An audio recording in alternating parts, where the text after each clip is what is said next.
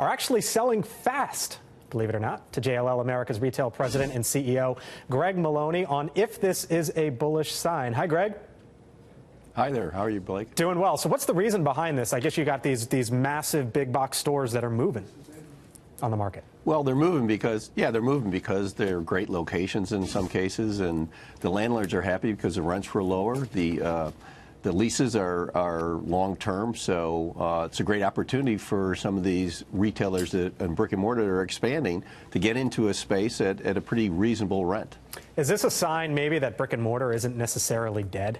Because, you know, when you go around wherever you live or wherever you go around the country, when you look at shopping malls where many of these, or shopping centers where many of these are located, you wonder how that whole model, you know, exists and thrives going forward.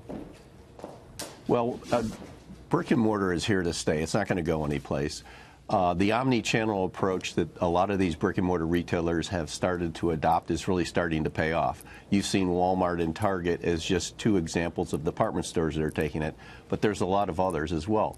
And keep in mind that the online sales represent about 13% of $5 trillion.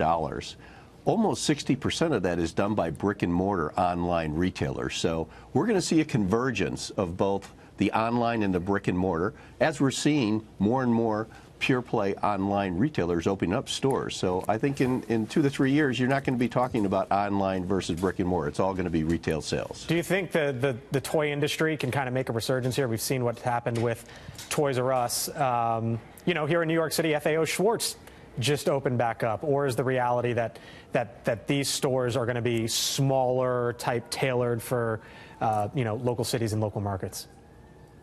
I think you're going to see a little bit of both. I think you're going to see the small tailored ones like the FAO Schwartz where they're specialty types. But I also think you're going to see places like Walmart and Target and some of the specialty department stores expand their toy departments like we've seen.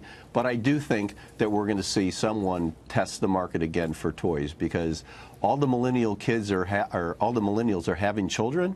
And that is going to really be a strong 5 to 10 years in the toy market. So I think we're going to see somebody step up and take some of these spaces and open up another Toys R Us like who?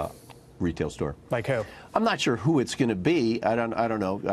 If I knew that, I could.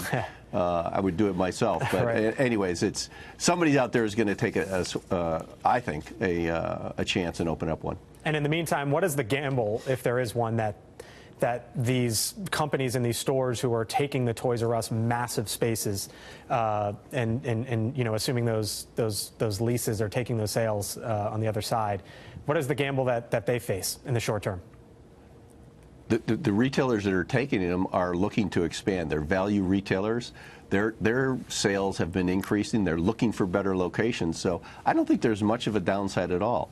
Most of the Toys R Us sizes are anywhere between 30 and 50,000 square feet. And if they don't need all that space, the landlord will bust it up and put 2 stores in there. So we've seen the absorption rates over the last 3 years of a lot of other stores that have closed being not an issue. So I think Toys R Us and other stores that have closed will